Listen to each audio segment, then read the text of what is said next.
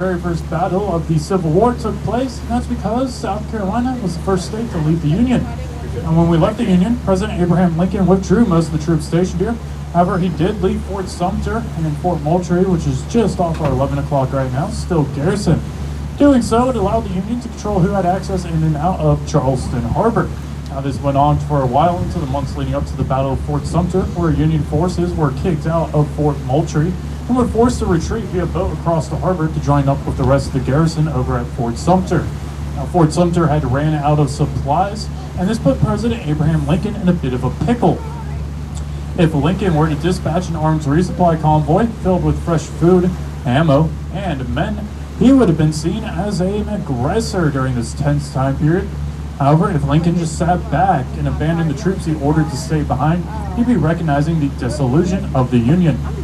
Now, on the Confederate side of things, President Jefferson Davis was in the same pickle sandwich as Lincoln. If Davis were to fire upon Lincoln's resupply convoy, he would have been marked as a warmonger. However, if Davis too just sat back and allowed Lincoln to transform Fort Sumter into a Union-controlled stronghold in his own backyard, then Davis would have been marked as a coward by his newly formed federal government. So both presidents went with their best options available to them. Lincoln dispatched that resupply convoy and attempted about 3 times to enter Charleston Harbor, but was being warded off with the warning shots from Confederate-controlled batteries. One ship, though, was brave enough to enter the harbor, and as soon as she touched up on Fort Sumter's docks, Confederate generals in the area received orders to begin bombardment of the fort. Now, this battle again started with a signal flare fired from Fort Johnson over Fort Sumter, this flare alerting all batteries again to begin bombardment of the fort. The battle lasted for about 3 days, and an estimated total of 3,300 cannon shot was fired upon Fort Sumter. Now, the battle came to an end when Fort Sumter's General Thomas Sumter, who the fort is now named after today, and his nickname was the Gamecock, who's the University of South Carolina as a mascot.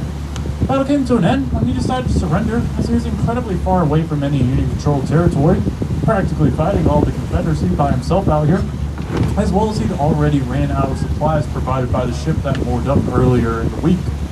Surprisingly, there are no casualties on either side during the battle, but strangely enough, there was one during the surrendering ceremony, and that was an unlucky Private Daniel Ho. His rifle misfired during the 100-gun salute to the lowering of the Union flag. This misfire ended up mortally wounding him, even injuring several other soldiers around him. Private Daniel Ho is the first recorded casualty of the Civil War and is buried out on Fort Sumter's parade grounds. Now, as we're passing by the fort here, I'll point out a few key points of interest of it. The outer brick walls we see here are the original walls of the fort. The tan squares in those walls are the original cannon ports.